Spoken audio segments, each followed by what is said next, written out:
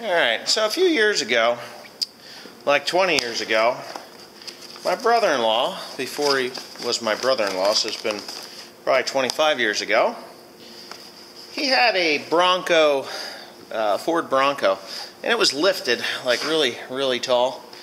We called it the Beast because it was just this brown ugly thing with the like yellow, orange, and brown stickers that came down the side. I don't know if any of you guys remember those.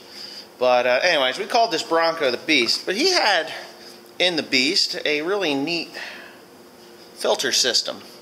He had bypassed the filter that goes right on the engine, which was a 351M. I remember that, because I helped him put the engine in the thing. But anyways, he had a 351M in there with an oil bypass system on it, which I found to be really cool. Back in the day when you had those old 351s, 400s, 460s, I think they even had a 429. Yeah, definitely had the 429. We all know what that is. Well, anyway, they only gave you a tiny little filter on there. I think it was a 1515 Napa number, or PH8A and a Fram number. And I don't remember what the Motorcraft number was. But anyways, you'll have one of them on there. Well, he went down to Napa and he bought a Duel filter kit for his. And I always wanted one on the truck, a Duel filter kit. I thought, wow, you know, that's cat's ass right there.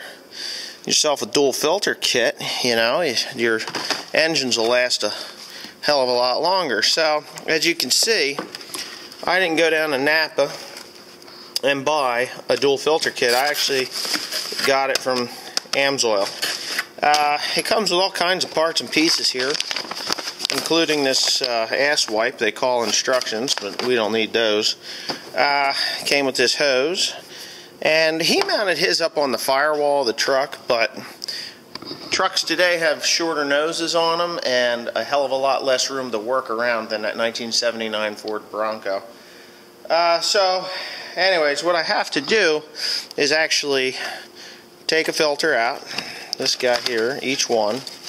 Take one of each because it's dual. You have a primary oil filter, which is the EAO15, and you gotta kind of screw that on here. Now, don't be having kittens and pups. I know I didn't put any oil on the filter. I'm just doing a loose fit here. I got to do that one, and I have to do the bypass filter. Now, why the bypass filter is so much larger than the primary filter, I don't really know. But anyway, what you do is you get these things out of their little plastic case here. I have a bypass. Okay, so maybe you can see me here. I don't know. I don't think so.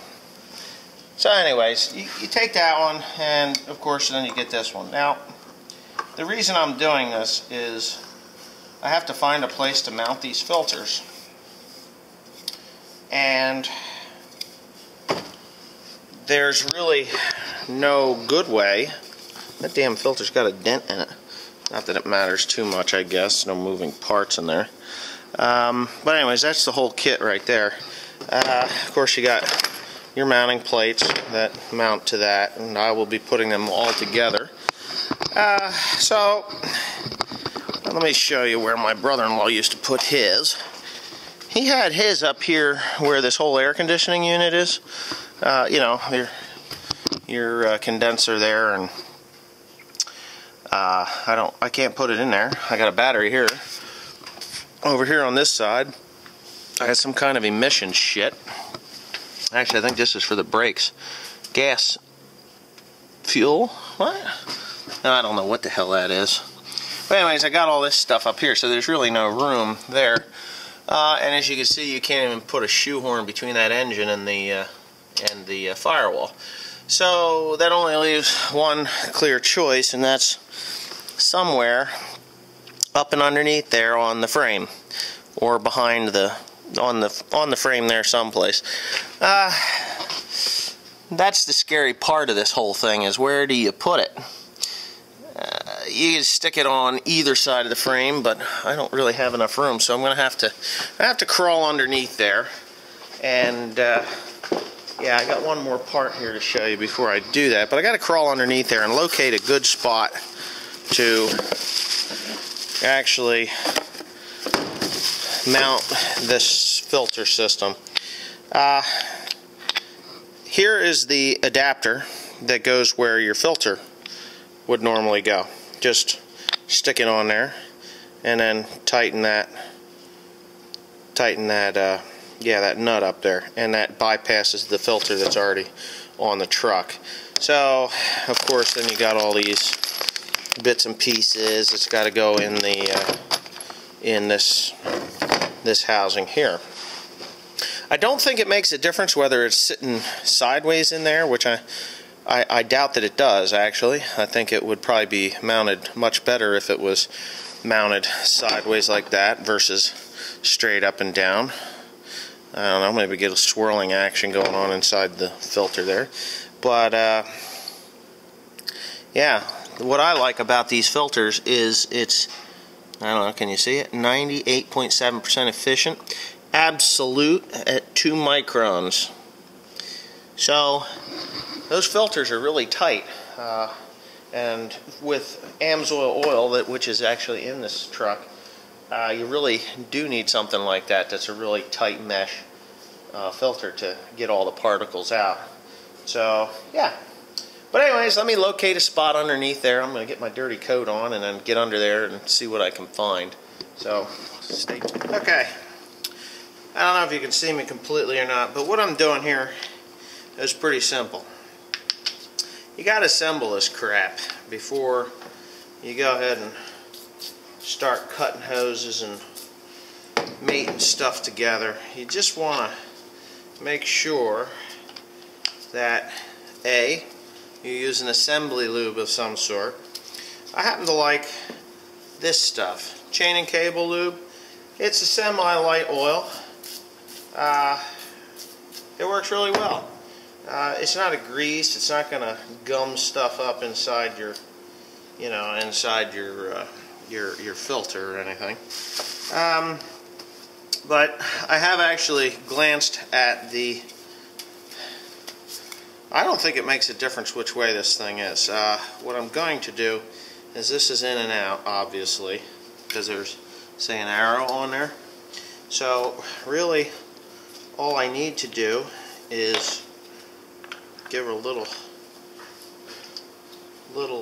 twist, throw that chain and cable lube on there, and that will actually just fit right in there. So we got these here. You got to do them both. I'm not tightening anything up, as you could probably tell. I'm just doing this stuff finger tight. I just need to figure out whether I put it on right or wrong. I can flip it around. Like I said, I'm only putting this thing on loosely. Anyways, I'll get back to it when I figure out which way I'm going. Well, I have to say I'm a little sad. I really wanted this to work, but the adapter, and I've already got it all back in the box because I'm a little bit disgusted. But I'll tell you what the problem is. The adapter that goes to where the oil filter is in under here, and I'll show you real quick. Oh boy, let me get on there. Ugh. I put the oil filter back on. I'm gonna change it out tomorrow, I guess, but as you can see, that oil filter comes straight down. It is only about, what, 2 inches away from that exhaust pipe. Well, there's an elbow that comes out where you're supposed to put the hose on, and then there's a line that comes straight down. Well, by the time I get that line straight down, it's going to hang down to maybe about where this sway bar is. And this one here, there's no good way to route it around that exhaust pipe.